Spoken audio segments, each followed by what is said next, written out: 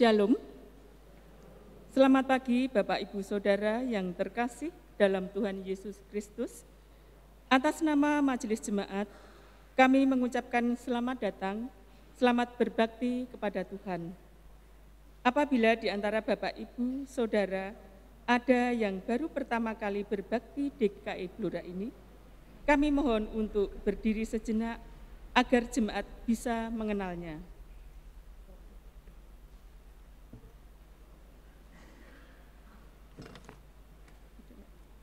Tidak ada. Berikut kami sampaikan beberapa pokok warta minggu ini. Yang pertama, pengkhotbah hari ini.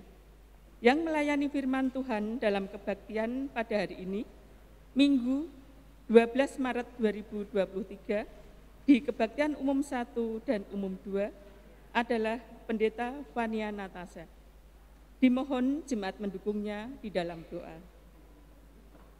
Yang kedua, persidangan Majelis Jemaat GKI Blora akan dilaksanakan pada hari Jumat tanggal 17 Maret 2023 pukul 17 sampai dengan selesai, bertempat di ruang rapat atas GKI Blora. Dimohon jemaat mendukungnya di dalam doa. Yang ketiga, Brayatan atau Persekutuan Wilayah Gabungan akan dilaksanakan pada hari Kamis tanggal 16 Maret 2023 pukul 18 atau jam 6 sore sampai dengan selesai, bertempat di rumah keluarga Bapak Ibu Situmorang, Jalan Ayani Lorong 6 atau Jalan Murai Raya, Gang Cendrawasih, jadi sebelum Kongsada.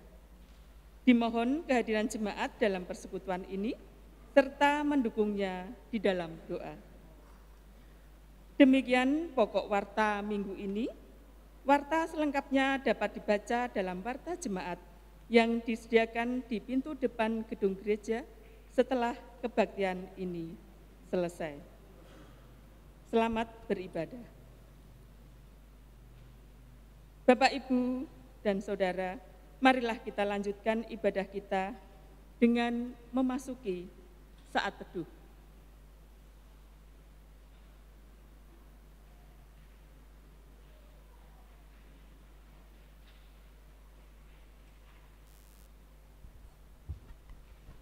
Amin.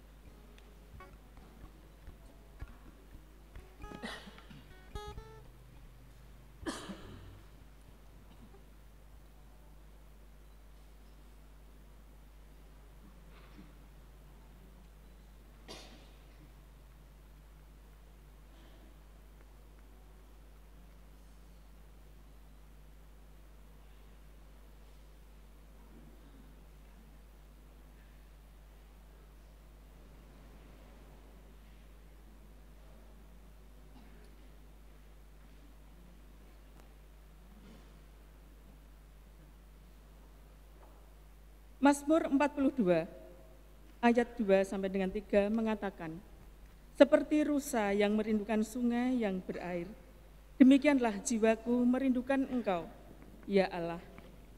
Jiwaku haus kepada Allah yang hidup. Bilakah aku boleh datang melihat Allah? Marilah kita bangkit berdiri, masuk ke dalam pelatarannya dan bersyukur, sebab Tuhan itu baik. Mari kita pujikan Kidung Jemaat 3, bait pertama dan keempat. Kami puji dengan riang.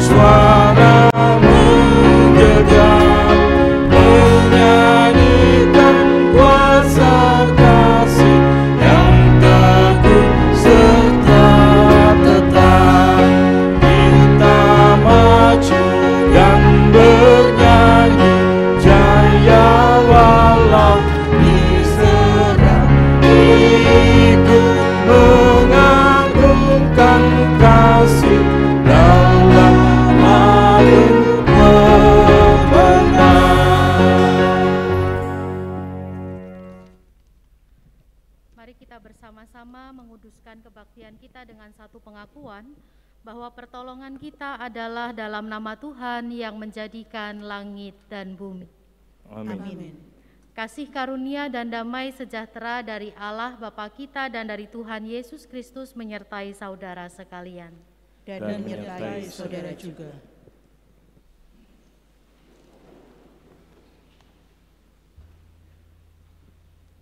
Berbagai problematika kehidupan terkadang membuat kita sering merasa lelah, penat, baik itu tubuh kita maupun psikis kita.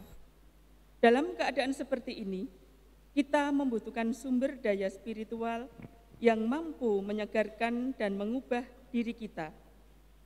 Seperti perempuan Samaria yang merasakan kekosongan batin, pergolakan hati, dan juga penolakan di tengah-tengah orang sebangsanya.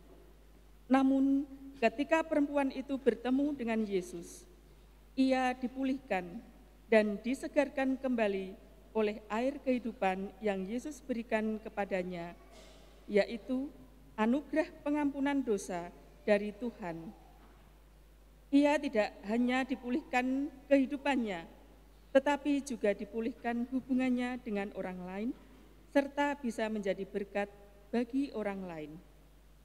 Dalam perjalanan kehidupan ini, tidak selalu kita memelihara hidup yang dipulihkan dengan menjadi berkat bagi orang lain. Mari kita mohon ampun padanya atas hal yang mendukakan orang lain. Mari kita mengakui dosa kita melalui pujian, Ya Allah, Maha Pengampun.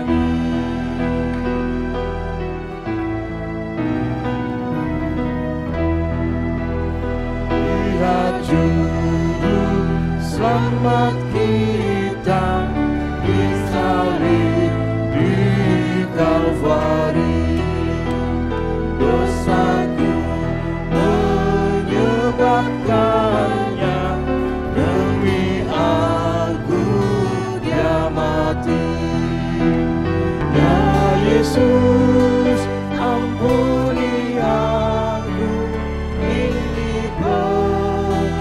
pengakuanku, dosa-dosa ku tinggalkan, takkan aku ulangi. Amin.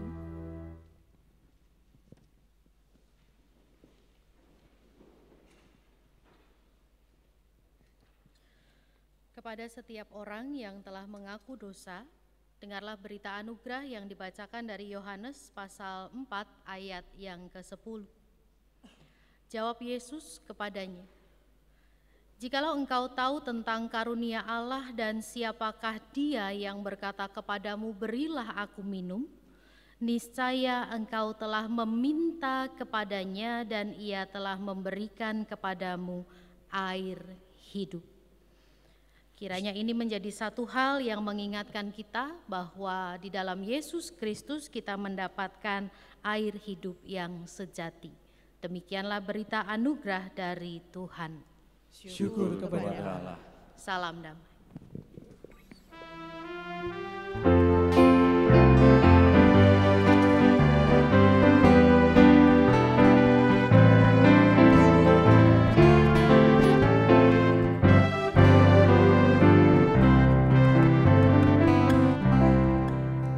Jemaat dipersilakan duduk.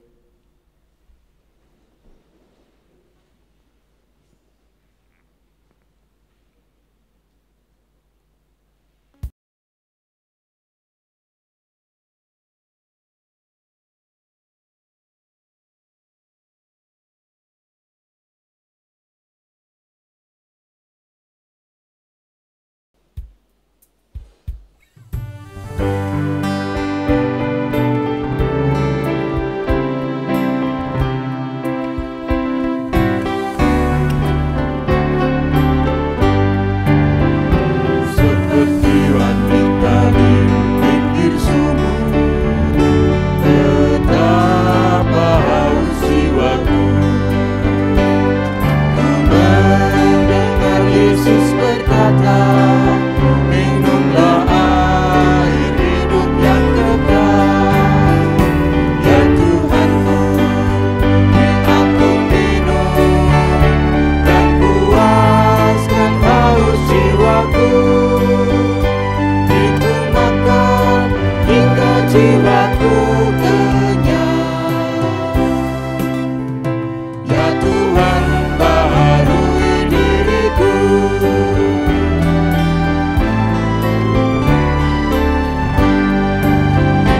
Tak terhilang orang yang merindukan nikmatnya dunia yang fana, tetapi tiada harta indah setara Yesus Kristus Tuhanku. Ya Tuhanku, beri aku minum dan puaskan haus jiwaku. Beriku makan hingga jiwaku kenyang. Ya Tuhan, baharui diriku. Hai saudara, bila jiwamu haus, yang fana jangan kau kejar. Kau pasti diselamatkan Tuhan bila engkau berdoa padanya. Ya Tuhanku, beri aku minum dan puaskan haus jiwaku. Beriku makan hingga jiwaku kenyang. Ya Tuhan, baharui diriku. Sebelum kita membaca dan merenungkan firman Tuhan, mari kita berdoa.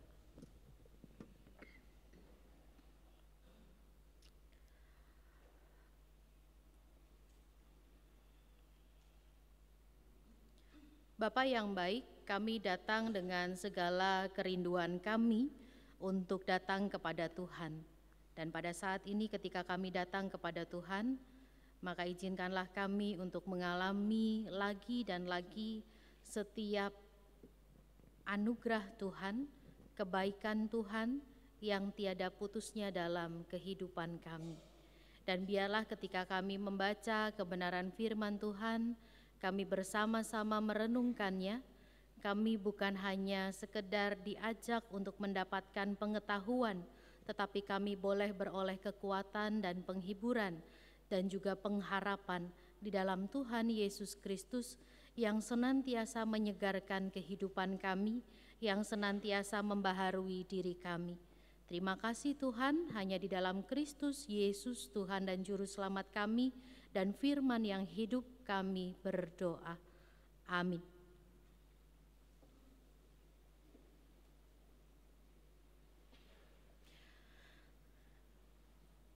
Umat yang dikasihi Tuhan, pada hari ini kita akan bersama-sama membaca salah satu bagian dari leksionari kita, yaitu bacaan Injil dari Yohanes pasal 4 ayat 5 sampai dengan 21.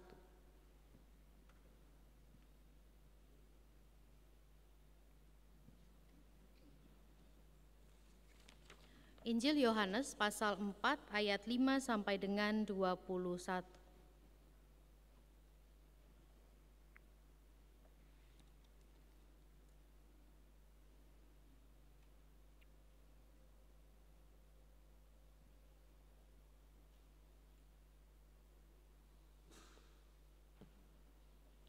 Lembaga Alkitab Indonesia memberi judul Percakapan dengan Perempuan Samaria.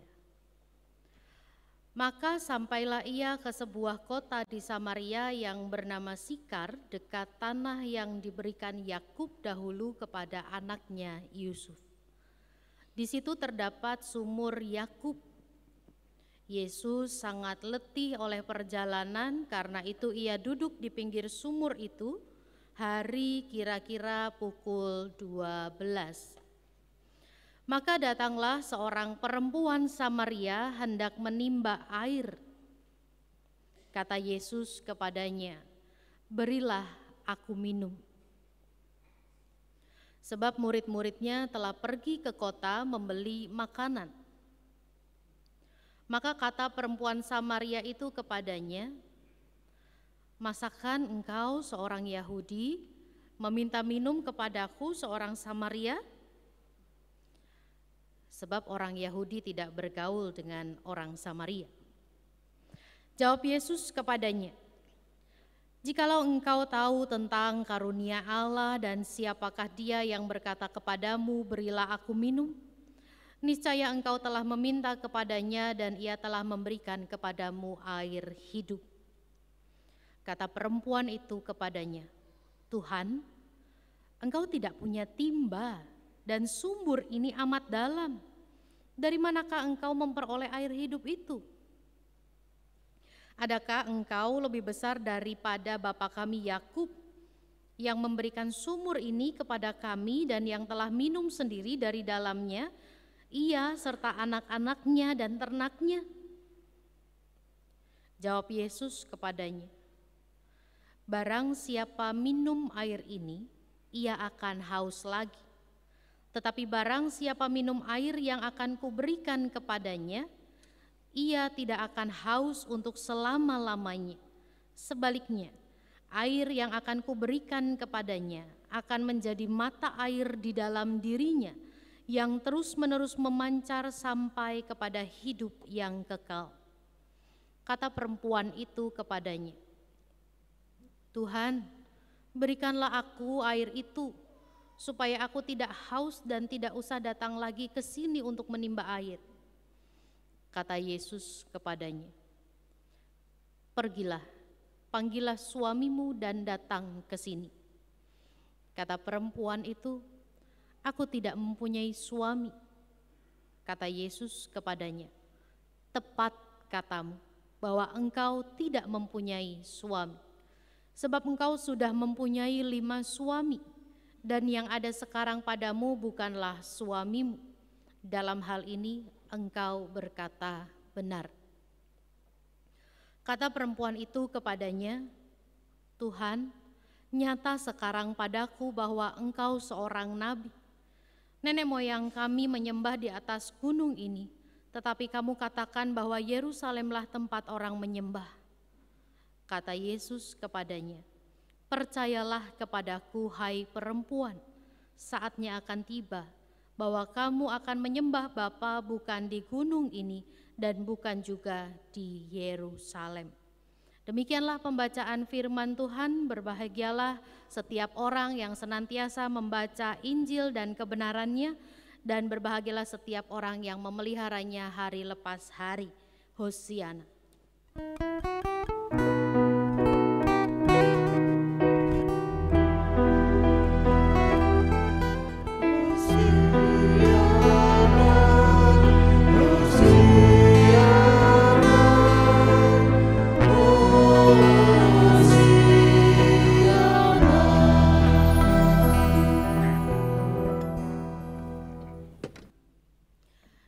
Bapak Ibu saudara-saudari yang terkasih, selamat pagi. Yang mengikuti dari kanal YouTube GKI Blora juga selamat pagi. Karena secara live streaming ini ditayangkan pada pukul 9 pagi, begitu ya. Hari ini kita memasuki Minggu Prapaskah yang ketiga. Sekalipun nyalanya lilin Prapaskah agak tidak terlalu terlihat ya Bapak Ibu, tapi nyala itu. Kita memasuki Minggu Prapaskah yang ketiga, atau yang dikenal juga dengan istilah Minggu Okuli. Apa itu Minggu Okuli? Minggu yang mengajak kita untuk semakin mengalami keterarahan diri kepada Tuhan. Kemarin bersama dengan Panitia Paskah, kita bersama-sama memasuki masa aksi untuk melakukan tantangan gitu ya, tantangan untuk mendoakan 3 nama setiap hari. Jadi minimal 3 nama setiap hari ya. Dan di Minggu Prapaskah yang akan kita jelang atau di tantangan-tantangan berikutnya, di minggu depan ini kita akan memasuki masa pantang. Jadi memang dibuat aksi, kemudian pantang, aksi, kemudian pantang. Kalau kemarin kita sudah beraksi dengan saling mendoakan atau bahkan ada Bapak Ibu yang hanya mendoakan gitu ya, tidak terbuka untuk didoakan, ada itu yang begitu ya, tapi kita bisa maklumi. Kita di minggu depan ini akan memasuki satu kegiatan lagi, yaitu aksi berpantang. Pantang apa yang akan dilakukan? Sepanjang dari hari Senin sampai dengan Sabtu selama 24 jam, kita akan melakukan pantang. Sebentar saya buka contekan dulu ya. Bapak Ibu bisa lihat di dalam buklet atau buku saku yang sudah dibagikan. Aksi pantang makan protein hewani. Sudah mulai ada yang gelisah. Karena saya nggak suka sayur, saya harus bagaimana? Ya, tidak makan makanan protein hewani, daging sapi, daging ayam, daging ikan, daging babi, ya, daging pokoknya segala sesuatu yang protein hewani. Apapun itu, selama hari Senin sampai dengan Sabtu. Percayalah Bapak Ibu, kegelisahan Bapak Ibu akan terbayar pada waktunya. Ya, kita akan berpantang sepekan ke depan gitu ya, untuk tidak memakan atau mengkonsumsi protein hewani.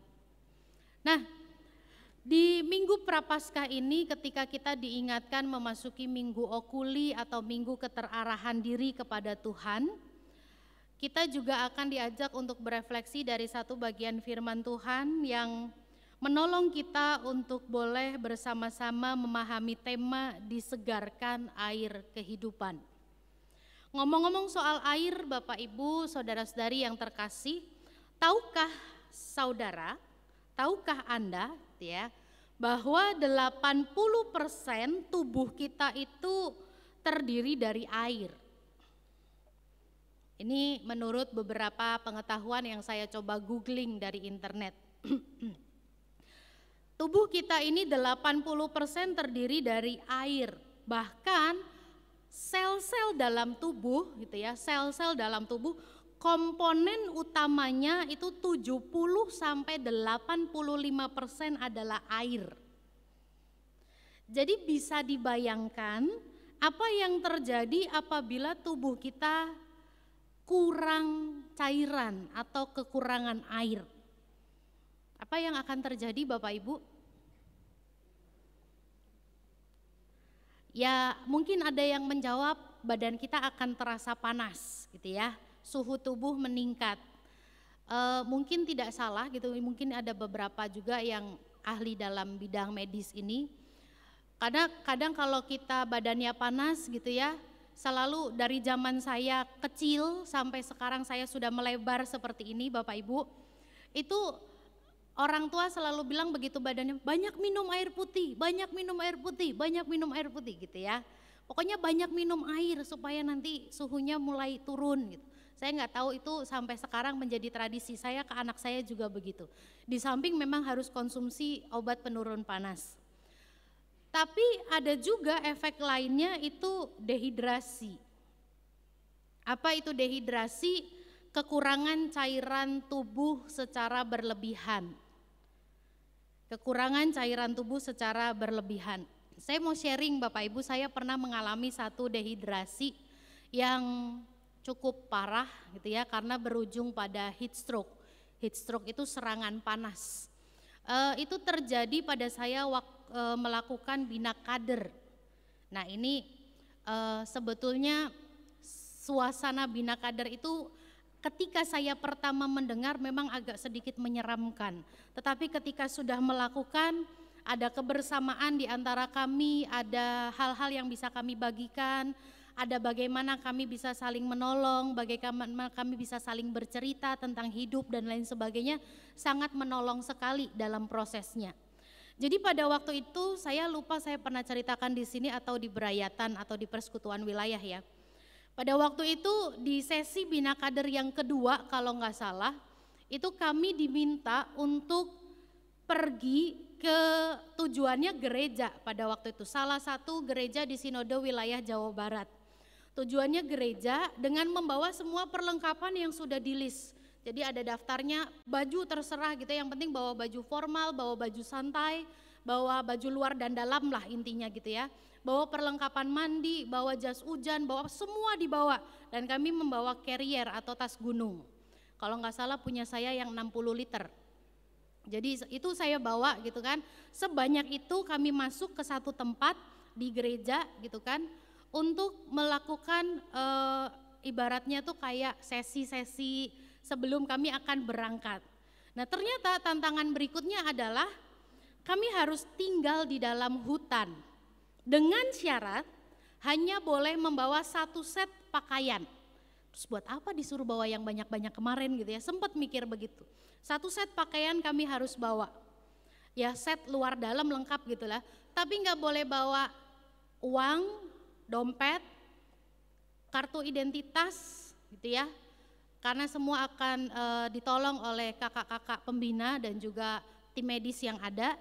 Kemudian juga tidak boleh membawa alat komunikasi apapun, handphone ditinggal di gereja gitu ya. Intinya kami cuma diminta untuk membawa satu set pakaian. Sabun, sampo dan lain-lain gak perlu bawa. Kami cuma dimodalin satu kresek untuk meletakkan apa yang akan kami bawa, yaitu satu set pakaian luar dan dalam. Nah, singkat cerita, kami tidak diberitahu kami akan tinggal di hutan berapa lama. Tapi situasi hutan itu sudah direkayasa sedemikian rupa sehingga ketika kami mau tinggal di dalam hutan, kami harus masuk pada satu situasi karena nggak punya alat tukar gitu ya, uang.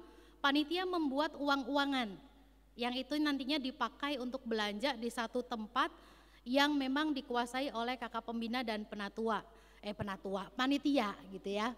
Terus misalnya nih, kami harus membeli terlebih dahulu tempat untuk berteduh.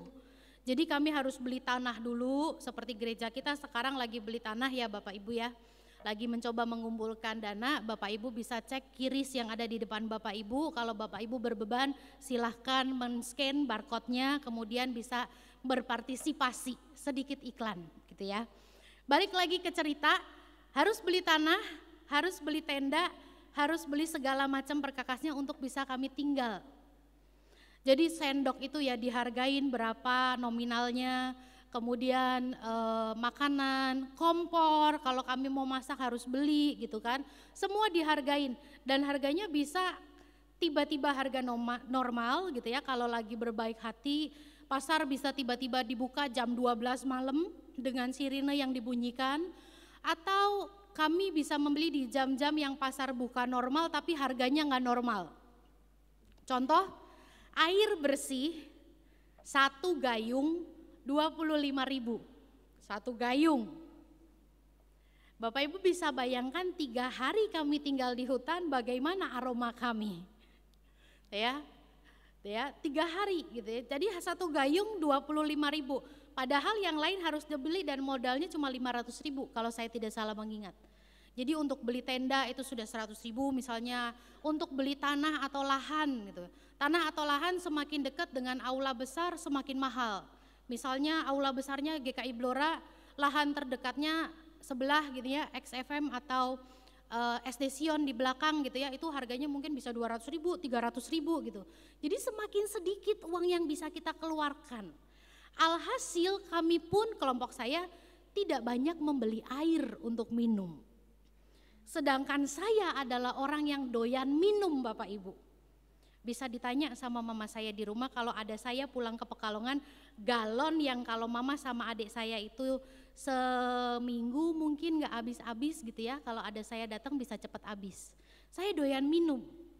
Di tengah semua situasi itu, hari pertama kami mencoba bertahan dengan semua yang ada.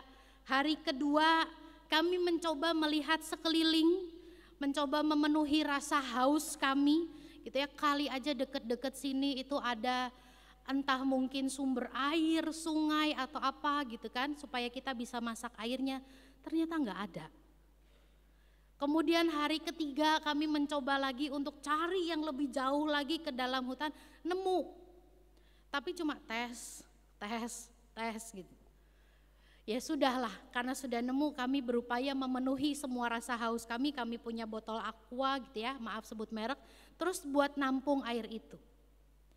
Hari keempat, di saat malam kami harus soloing, apa yang dilakukan pada saat soloing, kami dibawakan semacam perlengkapan untuk bikin bivak ya, kalau saya nggak salah, tenda yang darurat yang hanya dari tali dan tali, kemudian dikasih terpal, kemudian dibikin patok 4 dan kami akan duduk di bawahnya untuk merefleksikan panggilan, menyambut panggilan pelayanan baik dalam kependetaan ataupun dalam tugas-tugas yang lain gitu ya, karena mungkin ada yang menjadi tenaga pastoral gereja atau apa.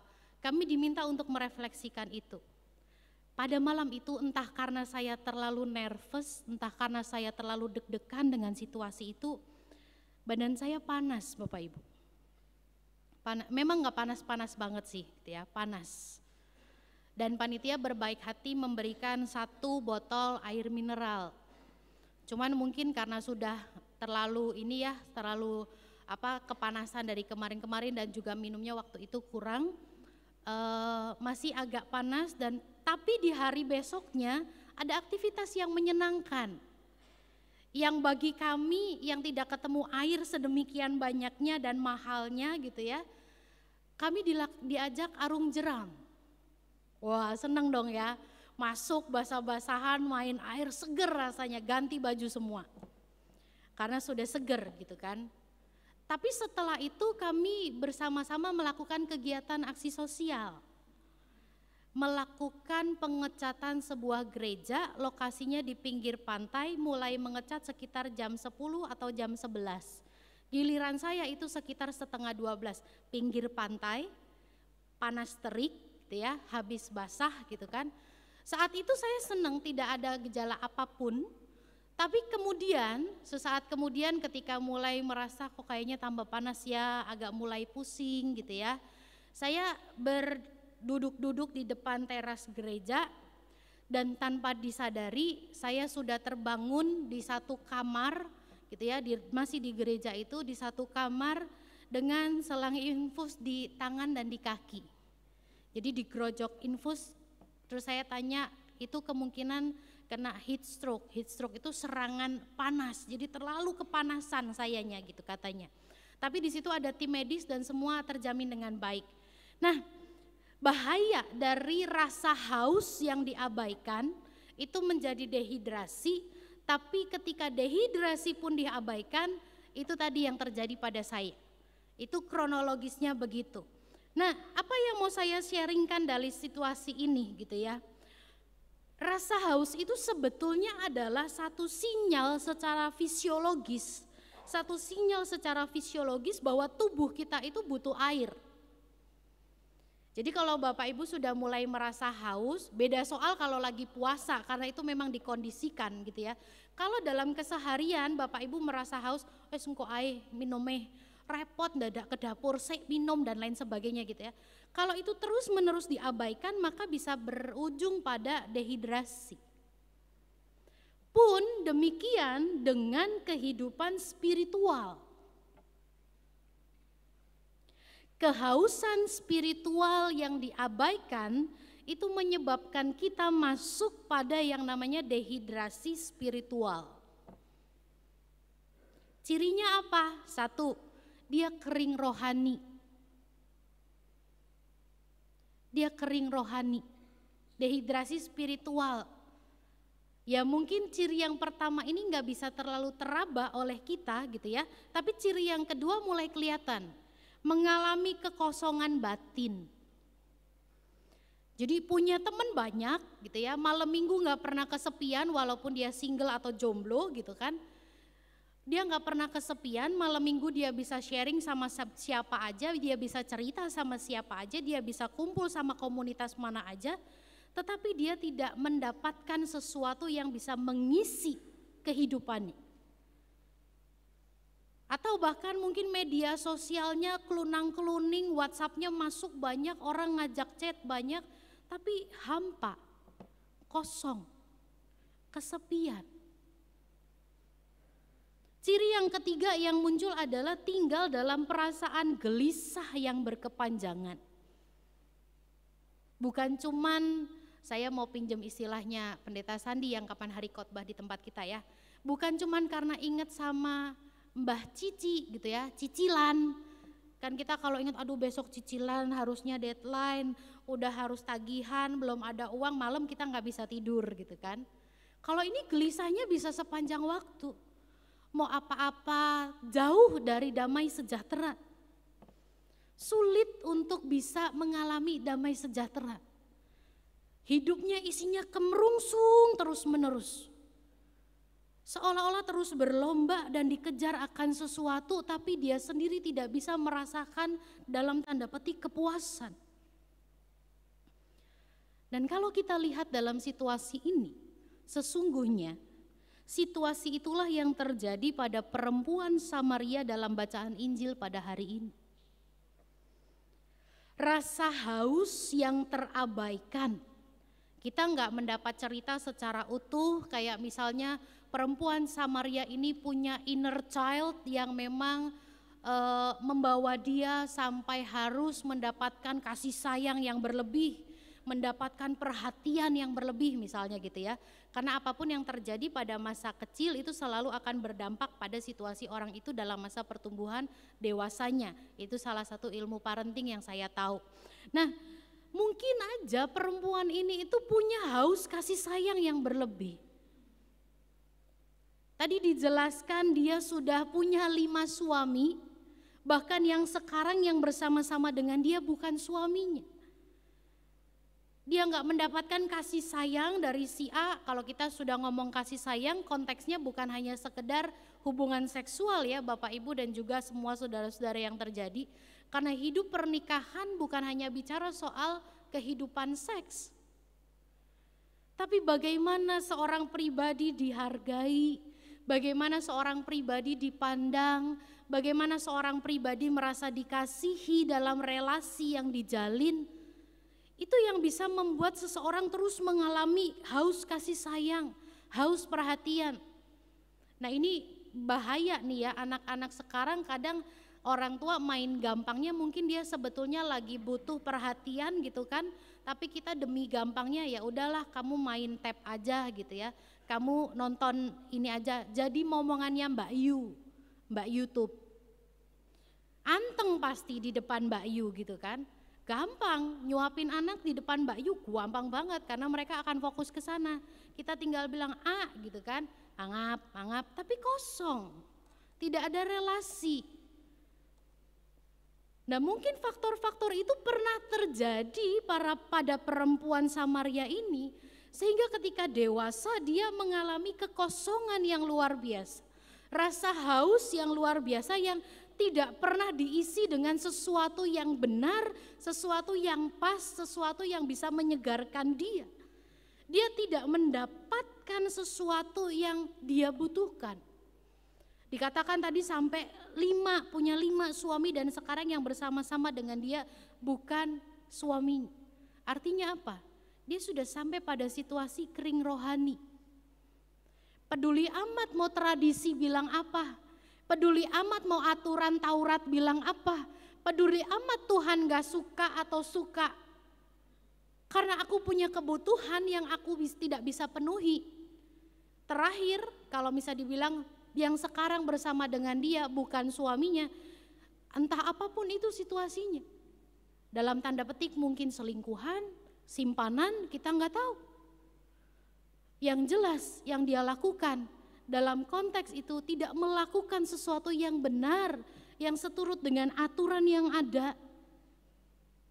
Dan kalau kita mau klasifikasikan dalam situasi dosa, ketika itu sudah melenceng dari apa yang ditetapkan Tuhan, bisa jadi itu dosa.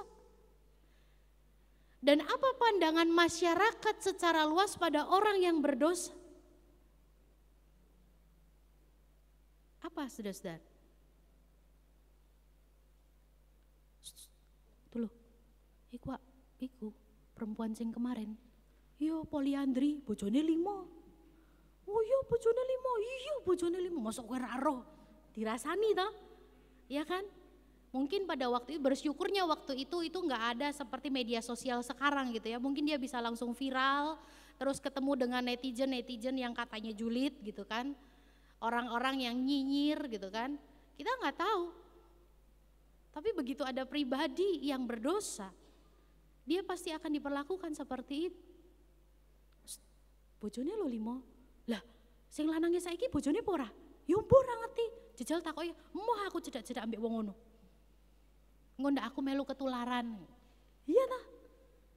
Mosok yo ngono nular, yo gak nular sih, cuma aku mosok kowe gelem konconan mbek wong kok ngono. Mosok yo kamu mau temenan mbek orang kayak gitu. Nanti nek kamu kesaduk piye? Nanti nek aku ikut-ikut keseret piye? Nek misalnya dhek konangan selingkuh terus ono aku ning kono aku melo-melo piye? Banyak stigma yang muncul. Banyak situasi yang muncul yang kemudian menyebabkan ya udah akhirnya perempuan ini sendiri yang memilih untuk tidak ada di setengah situasi yang normal. Jadi dia ngambil air siang-siang jam 12 itu bukan keinginannya sebetulnya. Tapi karena masyarakat sudah memojokkan dia. Masyarakat sudah menempatkan dia di sudut. Masyarakat sudah tidak mau lagi memandangnya secara utuh.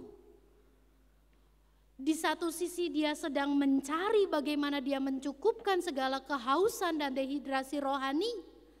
Tapi di sisi lain dia dipojokkan oleh masyarakat, tidak ada kepedulian di sana. Justru penghakiman yang muncul. Lah siapa yang mau bersama-sama, umumnya wanita Israel atau perempuan mengambil air itu pagi-pagi atau sore-sore. Jadi nggak ada tengah bolong jam 12 keluar ngambil air. Tapi perempuan ini melakukan, kenapa? Ya karena dia butuh air. Tapi menariknya saudara, ketika kita memperhatikan Injil ini gitu ya, betul dia memang menghindari komunitas, Makanya nggak salah sih sebetulnya ketika Tuhan Yesus di awal udah bilang, tolong dong beli aku minum, kasih aku minum gitu ya. Dia jawab dengan suasana yang agak sengak. Kan waktu Tuhan udah bilang berilah aku minum gitu ya. Makanya di ayat 9 dia bilang, masa orang Yahudi minta minum sama saya yang orang Samaria?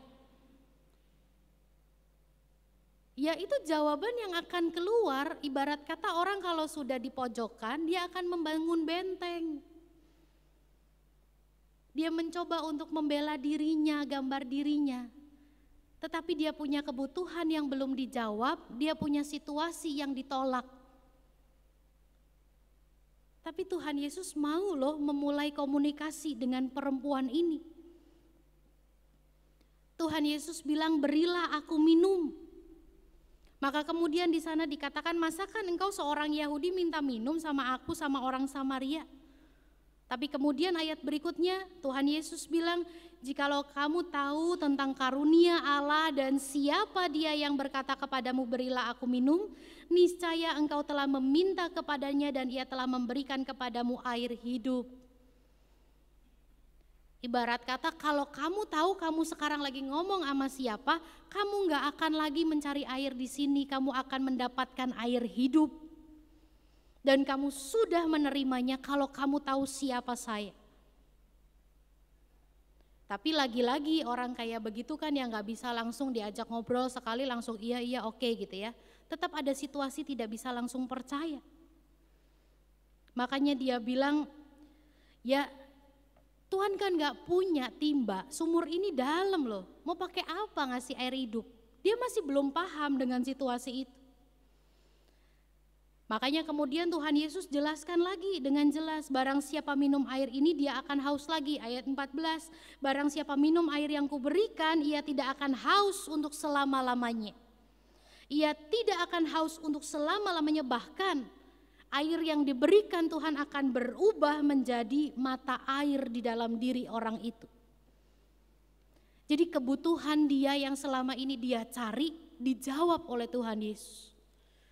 Tuhan gak menghakimi semua sikap ketusnya. Tuhan tidak tersinggung. Tuhan sudah berbaik hati menjangkau manusia yang berdosa, tapi manusia justru berbuat dalam tanda petik kasar sama Tuhan.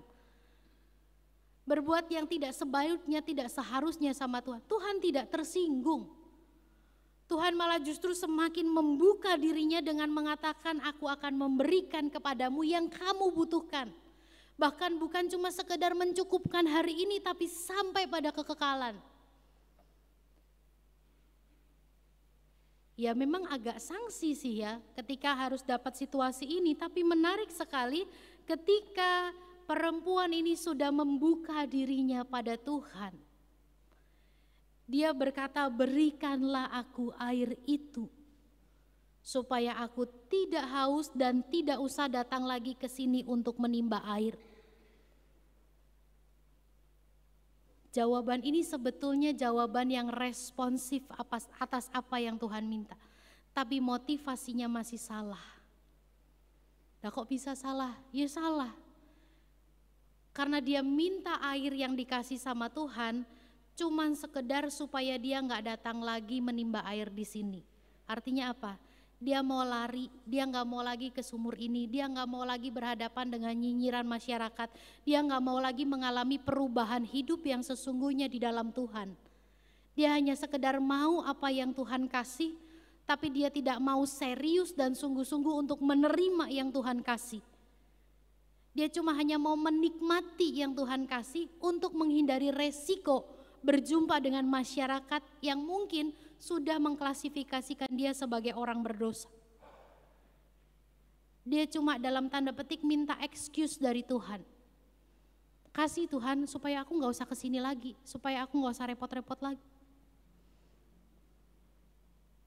Tapi Tuhan justru membuka siapa dirinya, bahwa dia adalah Allah yang maha tahu.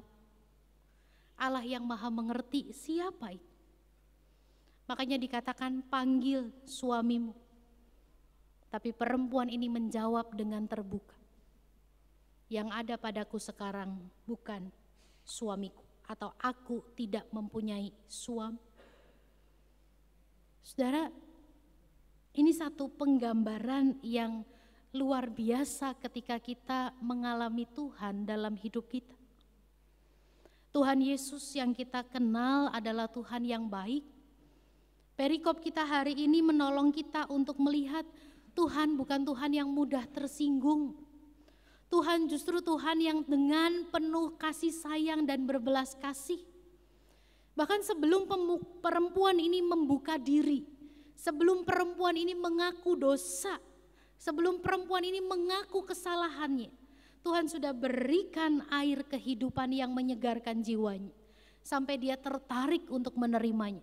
Sampai dia bersedia untuk meresponnya walaupun masih dengan motivasi yang salah. Tuhan tidak memojokkan perempuan ini setelah tahu bahwa perempuan ini benar adanya seperti yang dia ketahui. Tuhan masih terus menyatakan belas kasihannya. Yesus justru mau membagi air yang menyegarkan buat perempuan ini. Saudara, mungkin saat kini kita adalah orang-orang yang haus secara rohani. Tapi mungkin juga kita orang yang abai secara rohani. Sampai sekarang mungkin situasi kita masuk dalam 3 kategori tadi. Kering secara spiritual, merasa hampa, merasa jauh dari damai sejahtera Tuhan. Tapi mari kita ingat, ada satu pribadi yang sudah menjumpai kita dengan 2 tangan yang terentang di atas kayu salib, dengan nafas terakhir yang dipersembahkannya kepada Bapa di surga untuk keselamatan manusia dengan berkata, sudah selesai.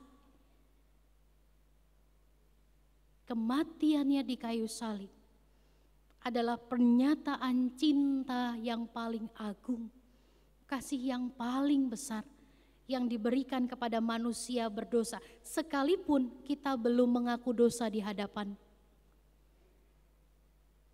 Darahnya yang dicurahkan bagi kita adalah air kehidupan yang menyegarkan setiap kehausan, bukan hanya pada saat ini, tapi sampai pada kekekalan. Mari kita semakin mengarahkan diri kepadanya. Mari kita berjalan dalam setiap pimpinannya. Mari kita terus membenahi diri kita untuk menerima setiap kasih sayangnya. Tuhan beserta kita. Amin.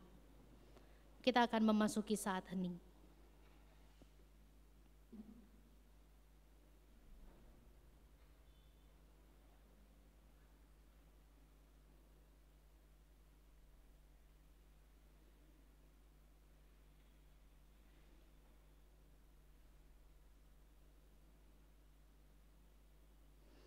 Amin.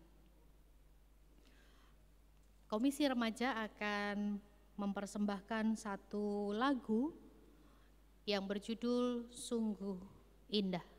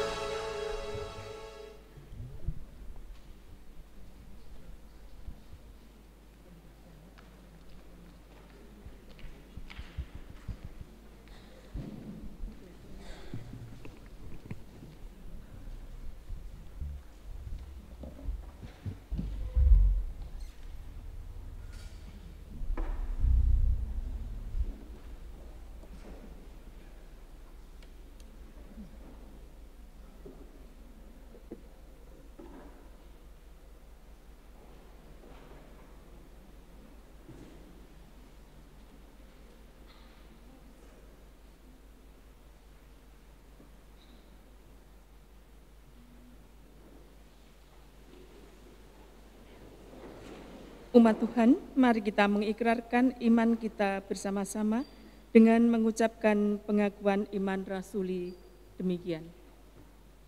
Aku percaya kepada Allah, Bapa yang Maha Kuasa, Khalik langit dan bumi, dan kepada Yesus Kristus, anaknya yang tunggal Tuhan kita, yang dikandung dari Roh Kudus, lahir dari anak darah Maria, yang menderita sengsara di bawah pemerintahan Pontius Pilatus, disalibkan, mati dan dikuburkan, turun ke dalam kerajaan maut. Pada hari yang ketiga, bangkit pula dari antara orang mati, naik ke surga, duduk di sebelah kanan Allah, Bapa yang Maha Kuasa. Dan dari sana Ia akan datang untuk menghakimi orang yang hidup dan yang mati. Aku percaya kepada Roh Kudus, gereja yang kudus dan am, persekutuan orang kudus, pengampunan dosa, kebangkitan orang mati, dan hidup yang kekal. Amin.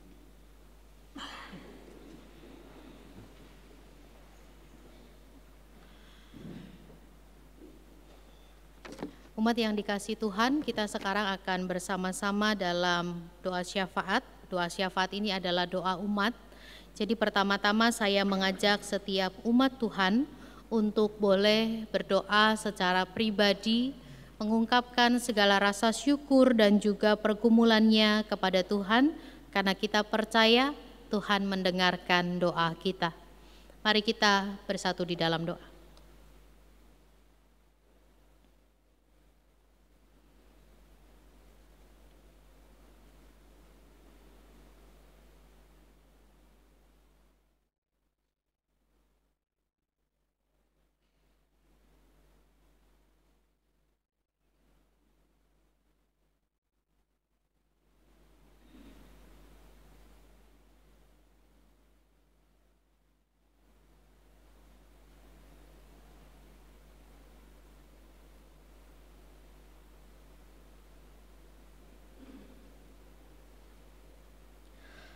Bapa yang baik, kami sungguh bersyukur karena kami memiliki Allah yang senantiasa mengenal, bahkan mengerti akan setiap pergumulan kami, sampai pada situasi di mana kami belum membuka diri kepada Tuhan.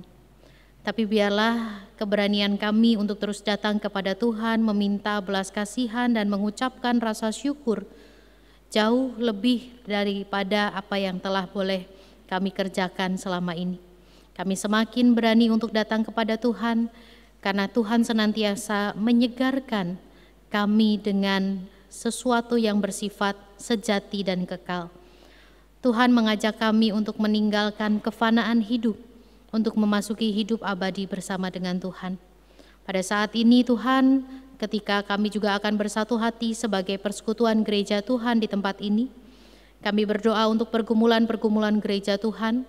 Di tengah situasi kebutuhan penambahan jumlah anggota majelis jemaat, kiranya Tuhan boleh pimpin agar segala situasi yang sedang diupayakan, baik itu nama-nama atau nama-nama dari bakal calon yang sudah dikumpulkan, boleh diproses pada persidangan majelis jemaat mendatang untuk boleh kami tindak lanjuti dalam situasi menghubungi setiap nama-nama yang diusulkan. Kami juga berdoa ya Tuhan untuk rangkaian acara kegiatan sepekan ke depan, begitu pula dengan tantangan pada masa Prapaskah di minggu yang ketiga atau di pekan yang ketiga ini. Sebagian dari kami mungkin merasa tantangan ini terlalu berat, atau bahkan sebagian dari kami merasa ini terlalu ringan, tetapi biarlah Tuhan yang menolong kami, Tuhan yang memampukan kami, agar kami boleh setia berproses dalam setiap tantangan yang Tuhan izinkan terjadi. Sehingga kami bukan lagi berkonsentrasi pada diri kami, tapi boleh semakin peka dan mengenal akan kehendak dan maunya Tuhan dalam kehidupan kami. Kami juga mau berdoa ya Tuhan untuk rencana pembelian tanah gereja, segala sesuatu sudah boleh berjalan dengan baik dan sekarang kami sedang menghimpun dana-dana yang ada untuk boleh kami proses dalam proses pembelian tanah ini. Kiranya Tuhan terus berkati, Tuhan terus pimpin, agar apa yang sedang kami dapat proses ini boleh menjadi satu berkat tersendiri bagi kehidupan anak-anak Tuhan di dalam persekutuan gereja GKI Blora pada saat ini. Tuhan, kami juga mau berdoa untuk kelompok kecil atau persekutuan kelompok kecil yang sudah mulai dilaksanakan pada hari Kamis yang lalu, dan beberapa kelompok sudah mulai berjalan dengan baik dan sudah memulai persekutuan kelompok kecil di waktu-waktu yang telah disepakati bersama. Karena dalam situasinya mungkin tidak mudah untuk dilaksanakan, di mana kami terus bersesuaian dengan waktu dari setiap anggota kelompok, tetapi kami boleh bertumbuh bersama dalam kelompok kecil ini. Kami boleh melihat situasi sharing yang baik, yang memperkaya kami, yang menolong kami untuk berbagi beban yang sama. Kiranya Tuhan boleh tolong kami, Tuhan boleh pimpin kami, agar kelompok kecil ini terus boleh berjalan dan setiap umat yang berpartisipasi boleh mengalami pertumbuhan. Tuhan, kami juga mau berdoa untuk pergumulan dari Sekolah Sion.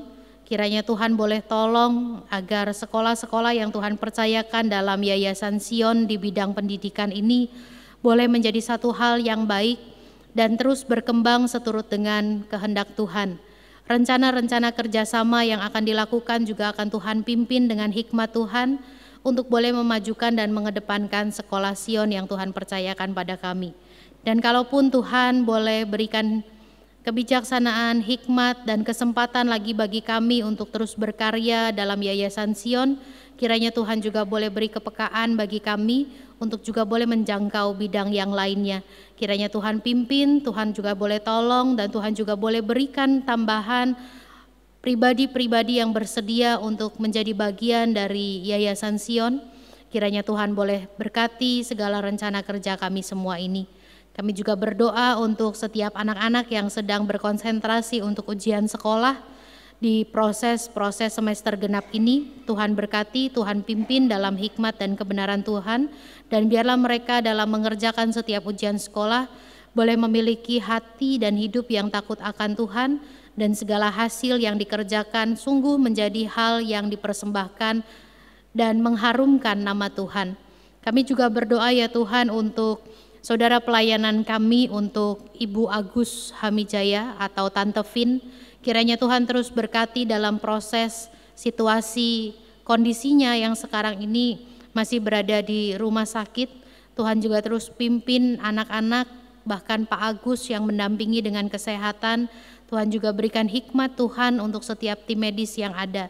Kami juga bersyukur ya Tuhan untuk anak-anak-Mu yang sudah boleh pulih dan sembuh pasca opnam di rumah sakit juga. Kami bersyukur untuk Mbak Milka atau Mbak Dewi, kiranya Tuhan boleh pimpin dalam proses pemulihannya, dan kalaupun sudah sampai di Blora, kiranya Tuhan juga boleh berkati agar segala sesuatu pasca operasi yang dilakukan juga boleh mendatangkan pemulihan yang baik, dan Mbak Dewi boleh kembali dalam keadaan yang sehat. Tuhan pakai untuk menjadi ibu, istri, dan juga seorang pekerja yang mengabdi dengan segala ketulusan untuk kebaikan bagi sesama dan kemuliaan Tuhan. Kami juga mau berdoa untuk anak-anak dari sekolah minggu yang beberapa hari lalu kami boleh mendengar kondisinya demam, panas. Kiranya Tuhan boleh berkati agar mereka tetap dalam keadaan yang baik. Tuhan sertai tumbuh kembangnya. Tuhan berikan kami orang tua hikmat agar anak-anak kami ini boleh kami tolong dengan segala hikmat dan kemurahan yang Tuhan percayakan. Kami juga mau mendoakan untuk setiap anak-anak yang sekarang sedang merantau untuk masa depan mereka, baik mereka yang berkuliah maupun bekerja atau bahkan berumah tangga yang tidak dekat dengan keluarga mereka di Blora. Mereka berada di luar kota, di luar pulau, atau bahkan di luar negeri. Kiranya Tuhan boleh tetap berikan setiap anak-anak-Mu ini hati yang terus peka untuk mendengar suara Tuhan, hati dan hidup yang terus akut akan Tuhan, dan kiranya Tuhan boleh lindungi mereka dari segala mara bahaya yang ada. Kami bersyukur ya Tuhan untuk setiap kasih dan pemeliharaan Tuhan, dan hanya di dalam nama Tuhan Yesus saja kami berdoa. Tak lupa kami menyerahkan kesejahteraan kota kami, kesejahteraan bangsa kami di dalam pemeliharaan Tuhan, dan segala sesuatu yang akan kami jelang semuanya boleh berada dalam rencana Tuhan. Kiranya kami semua terus melangkah dalam iman, percaya kepada Kristus Tuhan dan Juru Selamat kami yang hidup, yang telah menyelamatkan kami, yang telah terus-menerus memberikan pengasihannya kepada kami. Di dalam Kristus Yesus kami berdoa. Amin.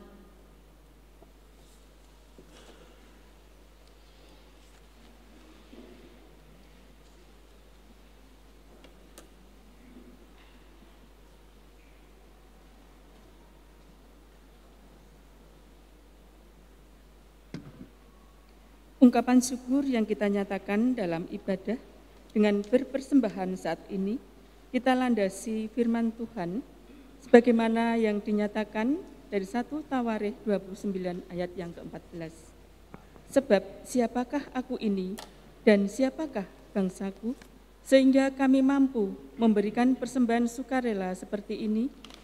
Sebab daripadamulah segala-galanya dan dari tanganmu sendirilah persembahan yang kami berikan kepadamu.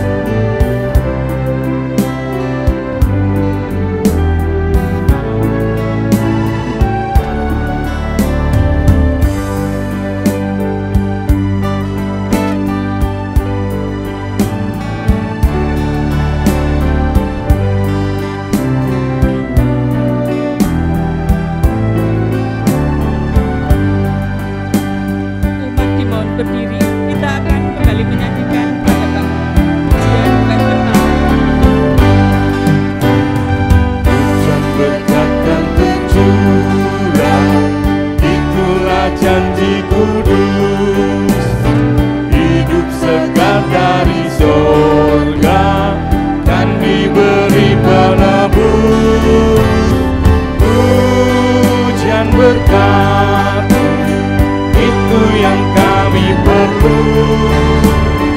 sudah menetes berkat-Mu, biar tercurah penuh.